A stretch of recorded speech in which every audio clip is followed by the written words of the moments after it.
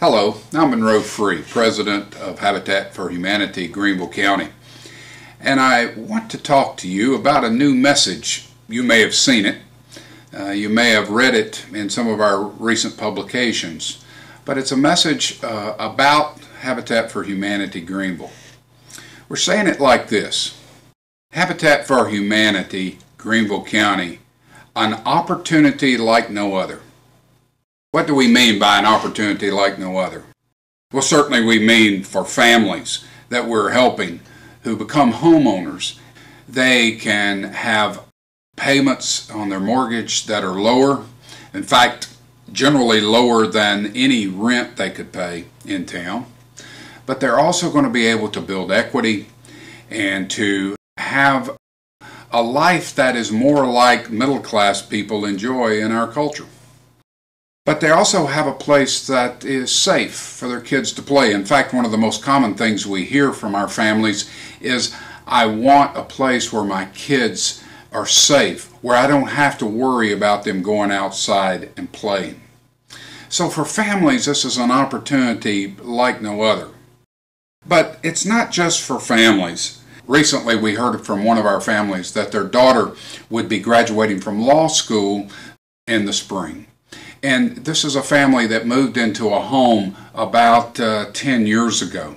And you can imagine that because they had equity in their home, because their cash flow was better because of lower payments, they were able to help their child through school and give them the opportunity to go to law school. So it really makes a difference. It's an opportunity like no other for families. But it's also an opportunity like no other for communities. We had a dedication in West Greenville this last week where I was standing and talking with a policeman who had come to the dedication. He began to talk to me and tell me, in fact what he said was, "You would not believe what I have seen happen within steps of this house." The story of that street is that it was known as having the highest crime rate in all of Greenville. But there's this particular story that is very touching about that area of town, in that a policeman named Russ Sorrow, who was a father, 26 years old, was shot and killed in on that very street. It had been a very, very difficult neighborhood, and Habitat and some other partners came in to revitalize and renew that neighborhood. This policeman told me, he said, when they told me that Habitat was coming in to revitalize this neighborhood and that it would make a huge difference, he said, I didn't believe them, but I know now the difference Habitat makes, and I've seen the difference it makes. The fact is, that neighborhood now is a nice, pleasant, safe, secure place to live, and we've made a huge difference there. I've worked with poor people literally all my career, since my early 20s, which is getting further and further away. And all those 25 years of working with various programs and various kinds of programs who help poor people, we all talked about breaking the cycle of poverty, creating an intervention so that people didn't live lives in poverty any longer.